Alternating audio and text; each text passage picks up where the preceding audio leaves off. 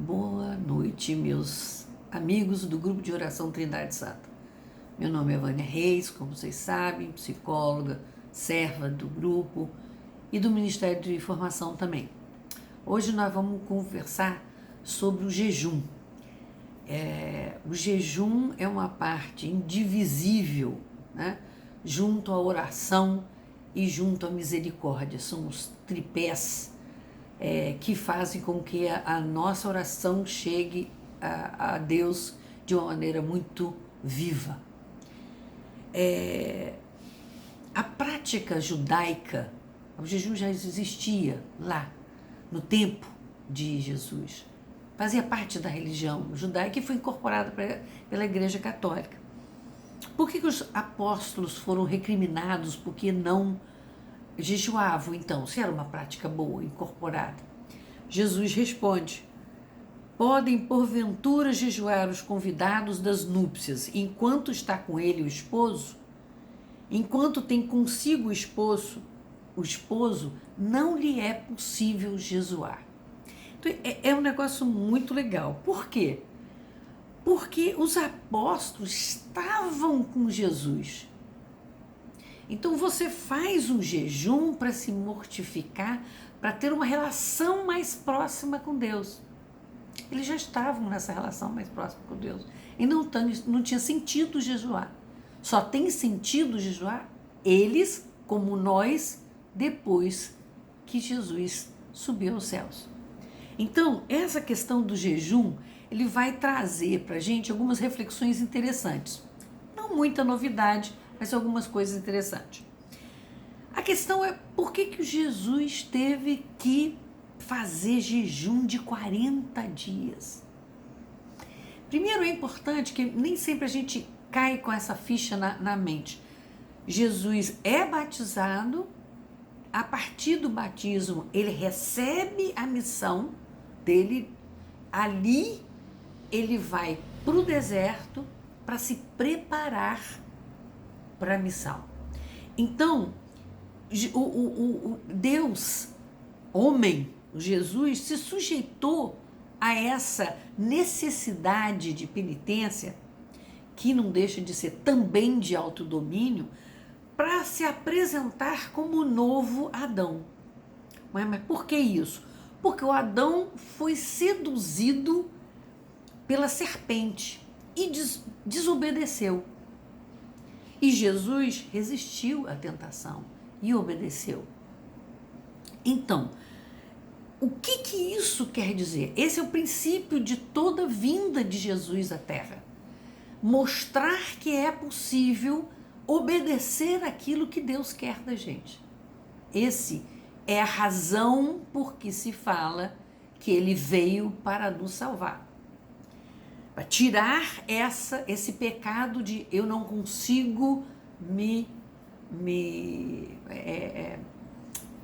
ser o que você espera de mim, é muito o que você espera de mim.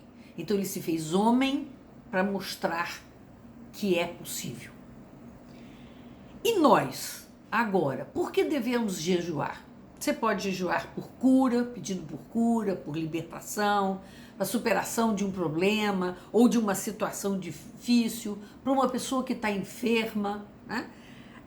Para mudar uma realidade, para acabar com essa pandemia, né? Cada um tem a sua individualidade, cada um pode fazer como quiser esse processo, mas é uma forma de fazer isso com muita força.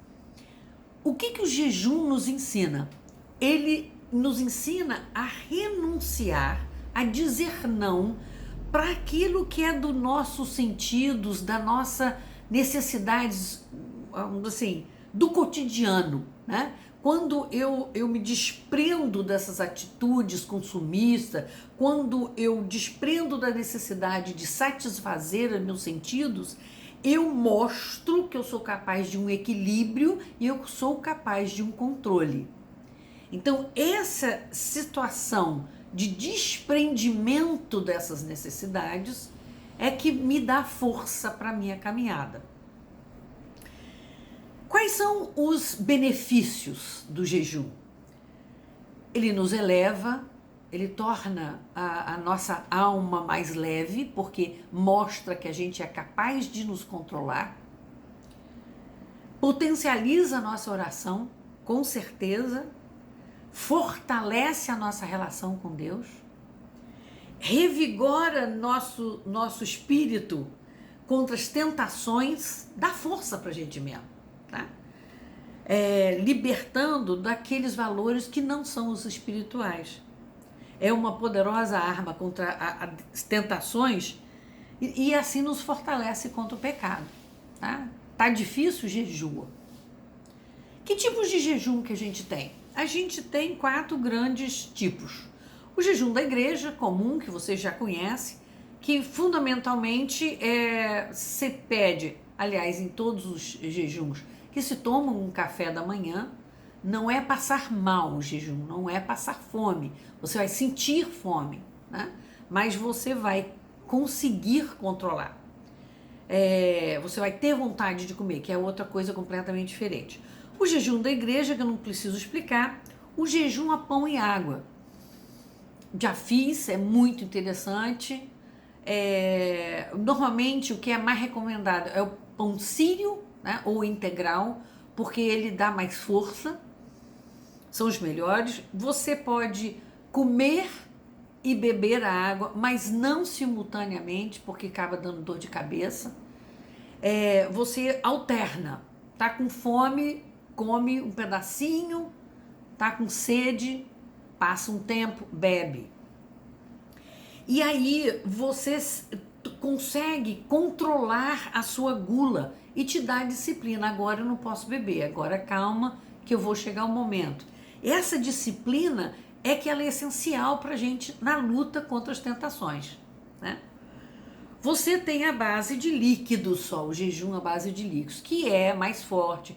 As pessoas mais frágeis ou doentes, ou até os idosos, devem evitar, tá? Aquele que você vai fazendo e vai dando conta de fazer, pode fazer. Então você, no base de líquido, é só líquido, né? Então, normalmente o chá quente é melhor do que o frio, ele dá uma sensação de plenitude, pode ser adoçado, adoçante, mel, como queira. Suco, água de coco, caldos, só líquido. Muito tranquilo de se fazer. Não é, apesar de que, porque você não tem a quantidade dela limitada. Deu fome, você toma um líquido de maior substância. E o jejum completo, que aí é só água. Esses são para os mais treinados, tá? Aquele que já fizeram os outros e são capazes sem passar mal. Jesus não quer que você passe mal. E foi Nossa Senhora de Medjugorje que incentivou muito ao uso do jejum completo. E ela recomenda o jejum terminar às 16 horas. Então não é uma coisa muito difícil, não é mesmo. Tá? É importante que você haja com sabedoria, não force o teu organismo além do que você precisa. Quando você jejua, teu corpo torna-se mais leve, hidratado, porque você em nenhum momento deixa é inibido da quantidade de líquidos, e você está mais predisposto à atividade espiritual. Então, rezar com jejum, fantástico. O jejum facilita o arrependimento e a conversão, mas não é um fim em si mesmo. Eu já tive momentos da minha vida de falar assim, eu preciso emagrecer, eu vou fazer jejum. Não. Emagrecer, o jejum é do emagrecer, não é o jejum para minha penitência, para ser uma pessoa mais próxima de Deus. São duas coisas separadas. Pode fazer até o mesmo jejum, mas não com o mesmo fim. E ele não é só o fim de sentir fome. Ele é de você ter a vontade sua de conversão, de melhoria e de autodomínio. Você tem que ter, além do jejum e da oração, a misericórdia, o amor ao próximo. Não dá para ser sem isso. Você precisa ter uma conversão interior e a penitência. São as duas coisas. Mas não vale nada, Isaías fala isso, de que serve jejuar se com isso não vos importais, se for uma coisa banal. Não. A essa mortificação não valeu a penitência, né? E você não vai prestar atenção, não vai ser uma coisa que você tem a dedicar a Deus. Voltando a dizer, também não é passar fome. Por mais que cultive o coração, você purifica o corpo, no jejum, você está mais apto a tirar os maus costumes e você tem condição de semear as virtudes. Mas São Pedro Crisóstomo, ele fala: o que jejua não colherá frutos, se não abrir as torrentes de misericórdia.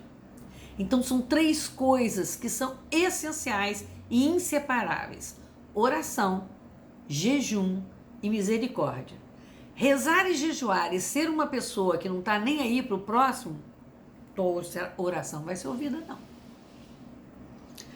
A oração pede, o jejum alcança e a misericórdia recebe.